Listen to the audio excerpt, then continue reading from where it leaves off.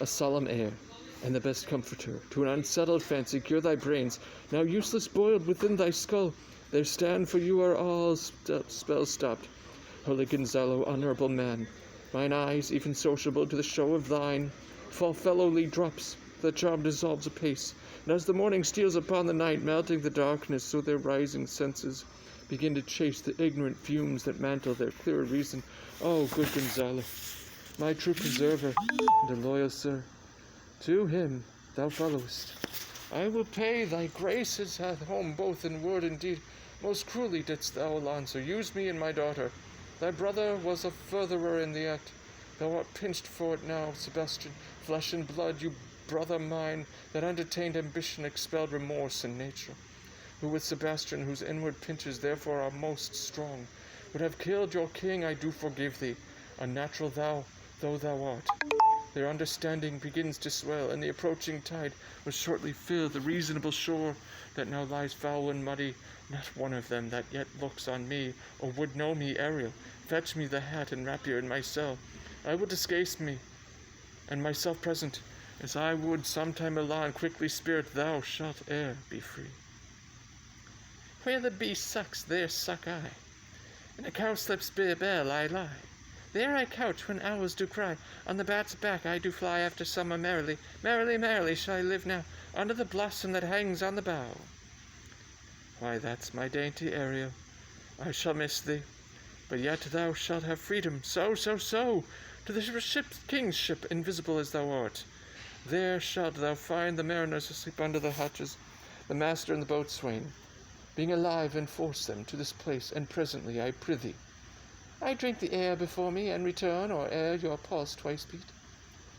All torment, trouble, wonder, and amazement inhabits here. Some heavenly power guide us out of this fearful country. Behold, Sir King, the wronged Duke of Milan, Prospero, for more assurance that a living prince does now speak to thee. I embrace thy body, and to thee and thy company I bid a hearty welcome. Where thou best he or no, or some enchanted trifle to abuse me, as late I have been, I know not know. Thy pulse beats as of flesh and blood, and since I saw thee, the affliction of mind amends, with which I fear a madness held me. This must grave, and if this be at all a most strange story, thy dukedom I resign, and do entreat thou pardon me my wrongs. But how should Prospero be living and be here? First, noble friend, let me embrace thine age, whose honour cannot be measured or confined. Whether this be or be not, I'll not swear. You do not yet taste some subtleties of the eye that will not let you believe things certain. Welcome, my friends all. But you, my brave lords, are I so minded, I hear, could pluck his highness frown upon you, and justify you traitors at this time. I will tell no tales. The devil speaks in him. No. For you, most wicked sir, whom to call brother would even infect my mouth, I do forgive thy rankest fault, all of them, and require my dukedom of thee, which perforce I know thou must restore. If thou beest Prospero, give us particulars of thy preservation, how thou hast met us here, who 3 hours since were wracked upon the shore, where I have lost how sharp the point of this remembrance is. My dear son Ferdinand, I am more for it, sir. Irreparable is the loss, and patience says it is past her cure. I rather think you have sought her help, of whose soft grace for the like loss I have her sovereign aid, and rest myself content. You the like loss, as great to me as late, and supportable to make the dear loss. Have I means much weaker than you may call to comfort you, for I have lost my daughter. A daughter! Oh heavens, that they were living both in Naples, the king and queen there, that they were. I wish myself were mudded in that oozy bed where my son lies. When did you lose your daughter? In this last tempest. I perceive these lords at this encounter do so much admire, that they devour their reason, and scarce think their eyes do offices of truth.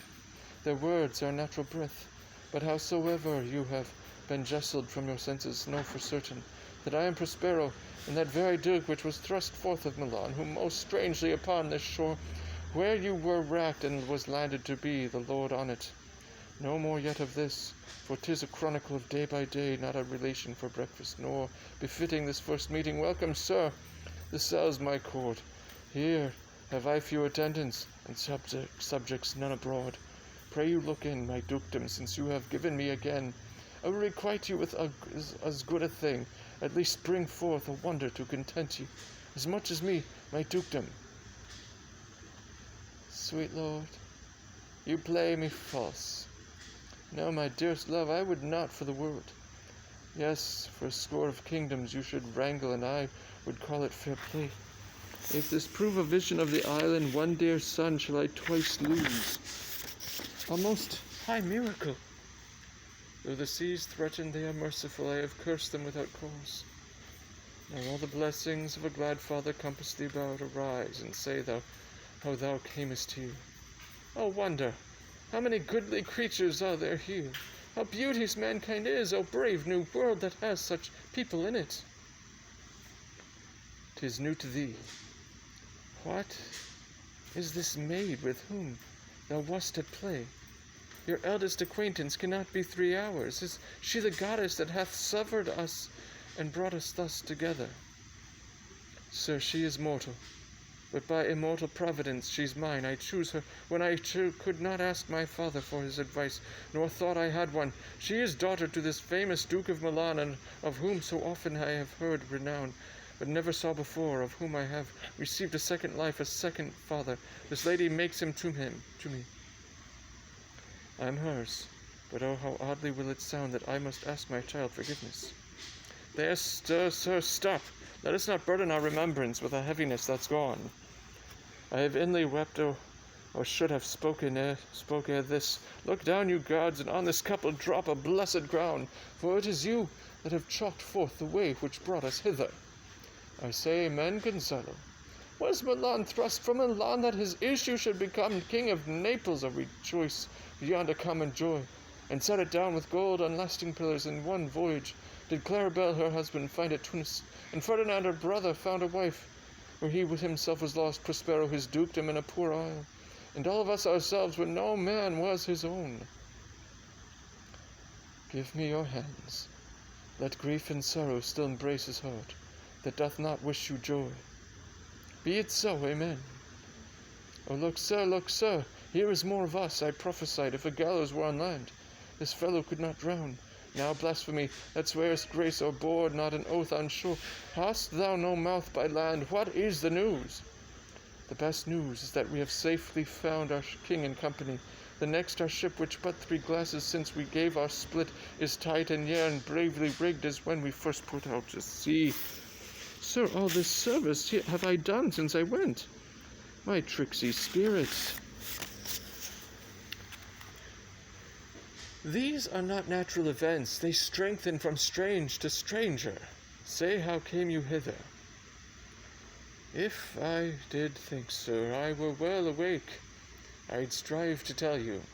We were dead of sleep, and here, how we know not, all clapped under hatches, where but even now with strange and several noises, of roaring, shrieking, howling, jingling chains, and more diversity of sounds, all horrible, we were awaked straightway at liberty, where we in all our trim freshly beheld our royal good and gallant ship, our master, capering to eye her on a trice so pleased you.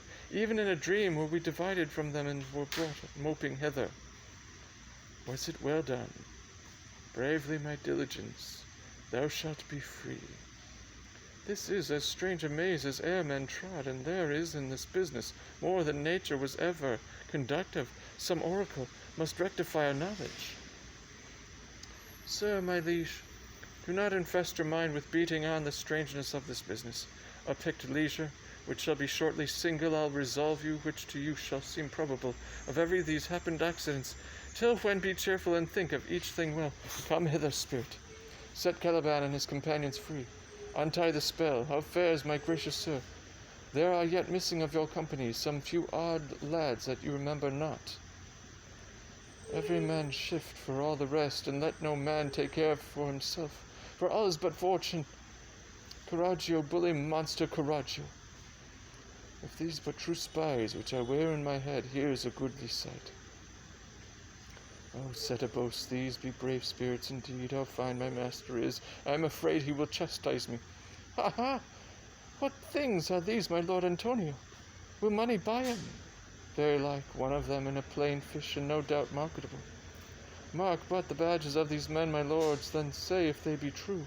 This misshapen knave, his mother was a witch, and one so strong that could control the moon, make flows and ebbs, and deal in her command without her power. These three have robbed me, and this devil, for he's a bastard one, had plotted with them to take my life. Two of these fellows you must know and own. This thing of darkness I acknowledge of mine. I shall be pinched to death. Is not this Stefano, my drunken butler? He is drunk now. Where had he wine? And Tranquillo is reeling ripe. Where should they find this grand liquor that hath gilded him? How camest thou in this pickle? I have been in such a pickle since I saw you last there. I fear me will never out of my bones. I shall now, not fear, fly blowing. Why, how now, Stefano? Oh, touch me not. I am not Stefano, but a cramp. You be king of the isle, sirrah. I should have been a sore one then. This is a strange thing as ere I looked on. He is as disproportioned in his manners as in his shape. Go, sirrah, to my cell. Take with you your companions, as you look to have my pardon, trim it handsomely. Aye, that I will, and I'll be wise hereafter, and seek for grace. What a thrice double ass was I to take this drunkard for God and worship this dull fool.